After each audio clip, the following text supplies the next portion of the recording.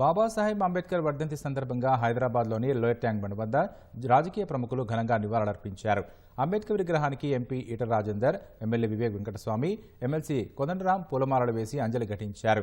దేశానికి అత్యున్నత రాజ్యాంగాన్ని ప్రసాదించి ప్రజలకు బహుమతిగా ప్రదానం చేశారని పేర్కొన్నారు. అంబేద్కర్ దేశ చేసిన సేవకులు గుర్తు చేసుకున్నారు. నేటి యువత రాజ్యాంగ నిర్మాత అంబేద్కర్ స్ఫూర్తిగా తీసుకోవాలని పిలుపునిచ్చారు. బిఆర్ అంబేద్కర్ గారి 69వ వర్ధంతి సభల్ని దేశవ్యాప్తంగా నిర్వహించుకుంటా ఉన్నాం.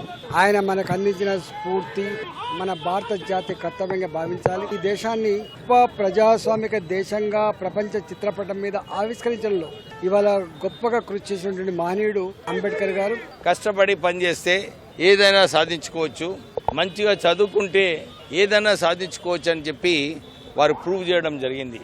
ఒక ముందు చూపుతో డాక్టర్ బిఆర్ అంబేద్కర్ గారు ఆ రోజులలో రాజ్యాంగంలో రావడం జరిగింది. వారు ఒక రోల్ మోడల్ గా యువకులందరూ కూడా ఏది కావాలో అది సాధించుకోవాలని చెప్పి అందరూ కూడా ఇది దృష్టిలో పెట్టుకొని పనిచేయాలని చెప్పి కోరుతున్నాం.